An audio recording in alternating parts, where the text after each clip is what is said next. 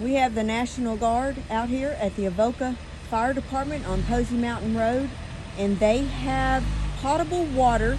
If you have any jugs you need to be filled up with water for washing dishes or washing your hands, any flushing toilets or anything like that, we have water now at the Avoca Fire Department on Posey Mountain Road.